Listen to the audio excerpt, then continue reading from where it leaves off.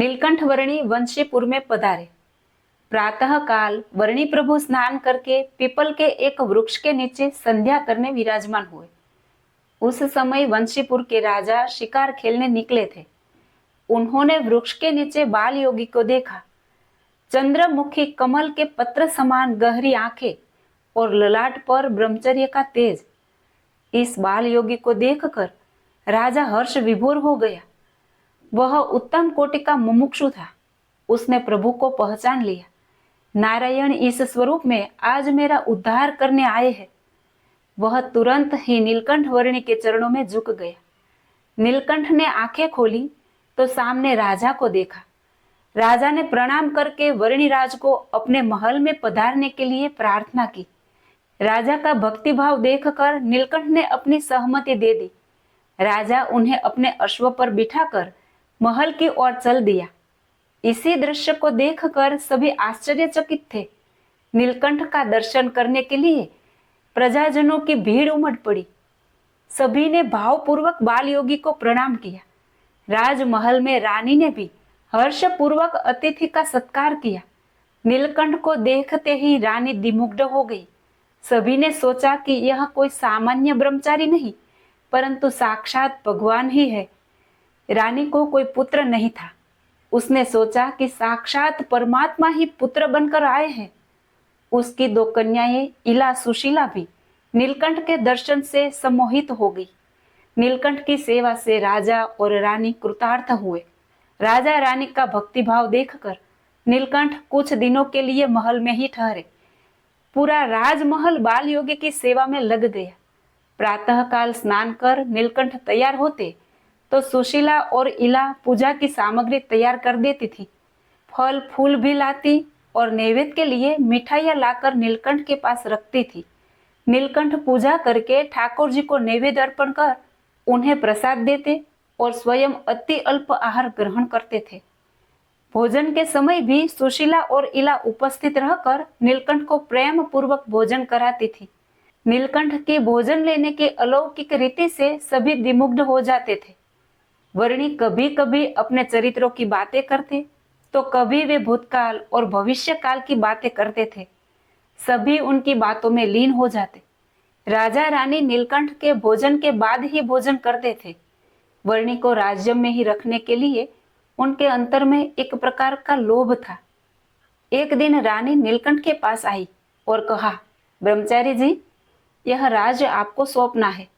मेरी इन दोनों कन्याओं का विवाह भी आपके साथ करना है, अतः आप अब वन में तप करने के लिए मत जाइए। नीलकंठ रानी की लौकिक तृष्णा को सुनकर मुस्कुरा दिए और बोले, माता, अभी तो मुझे वन में जाना है और आप ही की तरह अन्य भाग्यवान मुमुक्षुओं का कल्याण करना है। यहाँ तो आपके तप के पुण्यों से मैं आया हूँ। आप अति भाग्यवान हैं। रानी यह सुनकर उदास हो गई। उसे तो मोह ने फांस लिया था। वह बोली, ब्रह्मचारी, विचार कीजिए, अभी तो बाल्यावस्था है, परंतु जब युवा अवस्था आएगी तब स्त्री के बिना व्याकुल हो जाओगे।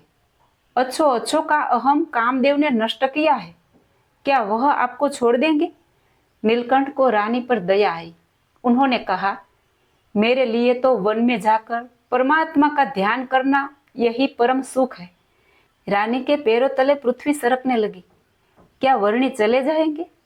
रानी ने जंगली पशुओं का भय दिखाया, मृत्यु का डर दिखाया, भूख का दुख बताया, परंतु वर्णी रानी की बातें सुनकर मुस्कुराते रहे।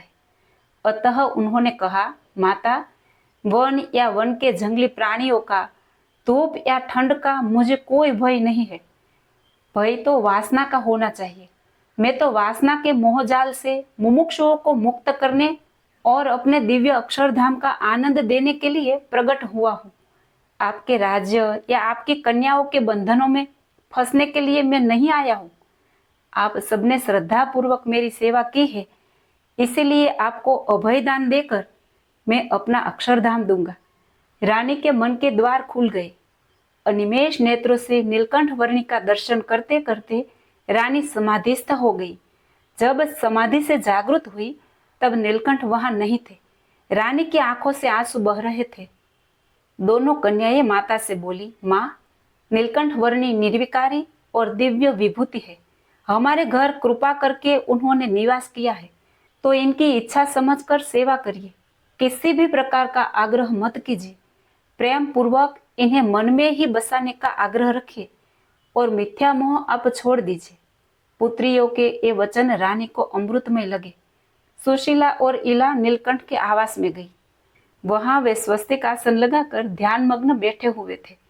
कन्याओं ने छिपकर नीलकंठ के दर्शन किए। पैरों की आहट किए बिना अंदर आकर बिछौना ठीक कर दिया। जल का प्याला और फल रखकर दोनों वहां से वापस चली गई। नीलकंठ लंबे समय तक ध्यानस्थ अवस्था में बैठे रहे। रात्रि कब हुई, मध्य रात्रि कब बीती, उन्हें पता ही न चला। एकाएक वे जागृत हुए और देखा तो रात्रि की नीरव शांति छा चुकी थी। महल के दरवाजे बंद थे। नीलकंठ ने सोचा कि राजा रानी और कन्याओं का कल्याण निश्चित ही हो गया है। अब मुझे यहाँ से निकल जाना चाहिए। वे बिजली की तरह तेजी से अपने अनजाने पथ पर निकल गए। सुबह सुशीला और इला ऊपर आई, तब नीलकंठ वर्णी को न पाकर वे अत्यंत दुखी हुई। अवश्य ही नीलकंठ वर्णी निकल चुके हैं, यह सोचकर बिलखते हुए दोनों ने रानी को समाचार दिया। नीलकंठ की विदाई से दुख के मारे रानी निश्चेतन होकर पृथ्वी पर गिर पड़ी। महल में आक्रंद छा गया। राजा पर भी मानो वज्रपात हुआ हो, इस तरह शोकाकुल हो गया। जैसे जैसे शहर में समाचार फैलता गया, वैसे वैसे लोग महल की ओर आने लगे। राजा ने आदेश दिया, 10-10 घोड़सवार चारों दिशाओं में भेजो। जांच करो, नीलकंठ को लिए बिना वापस मत आना। चारों तरफ घोड़े के पैरों की आवाज से दिशाएं गूंज उठी, परंतु नीलकंठ का कहीं पता नहीं चला। 20-20 कोस तक राजा ने राज्य के जंगलों का चप्पा चप्पा छान मारा, लेकिन नीलकंठ का पता नहीं चला।